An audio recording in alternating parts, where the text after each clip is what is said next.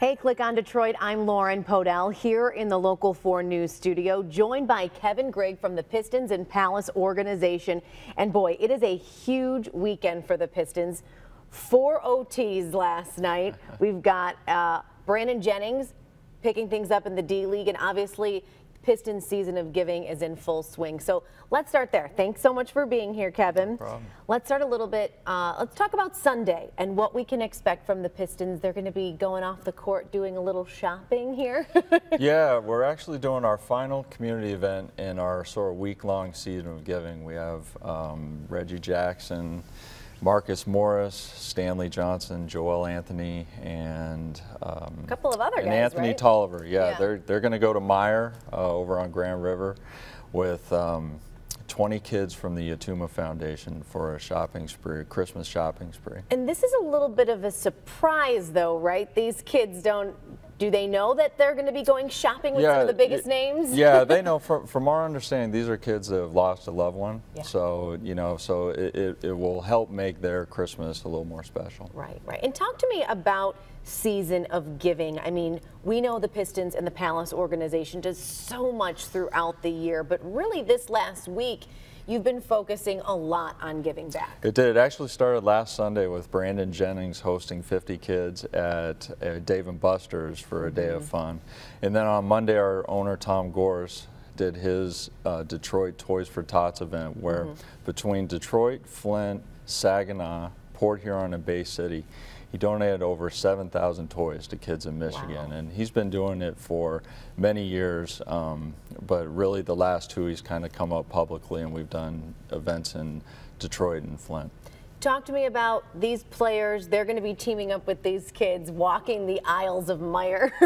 What a sight is that going to be to see these big basketball NBA stars, picking out Hot Wheels and games and Barbies for some of these kids. Yeah, it's fun for the kids, but I think it's actually more fun for our players because they get to be involved in the community, enhance the lives of these children for one day. Right, right. It's something that they're going to remember for quite some time. It is. Okay, now, of course, we can't have you in and not talk about Friday night's big game.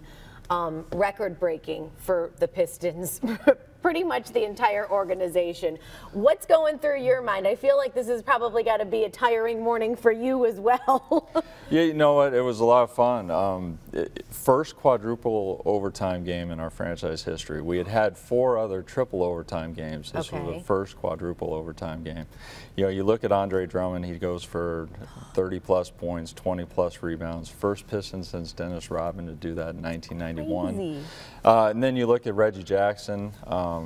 He scored 13 of his 31 in that final overtime period to kind of help us ice the game.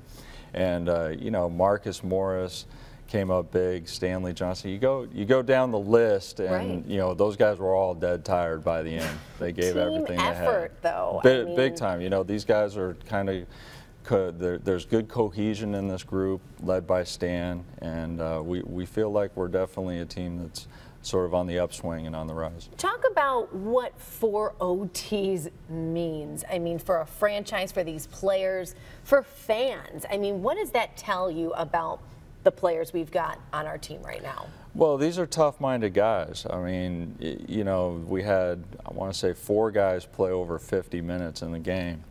And, when you go into Chicago, they've been a playoff team, and you're able to grind one out like that, that's a big win that can carry you through other games as we go into the season and continue to build momentum. Because the Bulls, they're kind of a young, scrappy team themselves. I mean, they're doing pretty well this season, right?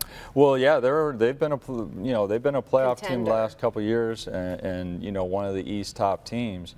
So, and they have experience. You look at Derrick Rose, Pau Gasol, Jimmy Butler, that's an experienced team. So for us to go in there and play the way we did, it just continues the momentum that we've been building. And it's so great because you've got this big, crazy game that everyone just watched that happened on Friday. Then a lot of those top core players going to be going out with kids on Sunday. Yeah. But in between all of that, kind of a highlight for a lot of really, intense, hardcore Pistons fans is the Development League game that's happening Saturday, tonight, with Brandon Jennings. Come on, bring him back, right? Well, it is. You know, it's funny because our owner Tom Gores really pushed for us to enter a hybrid relationship with the development league, and really was key and instrumental in bringing a team to the Grand Rapids area. So, and it's a great, useful tool for us, and especially in this case, Brandon can continue his rehab with an assignment down with the D-League team to, prepare to make his comeback to the Pistons. Grand Rapids Drive taking on the Iowa Energy tonight. Explain to folks why this is such a big deal to see Jennings back out on the court after, how long has he been out? Well, he's been out, it was last February. Okay, so almost a year then. So, yeah, How pivotal is this?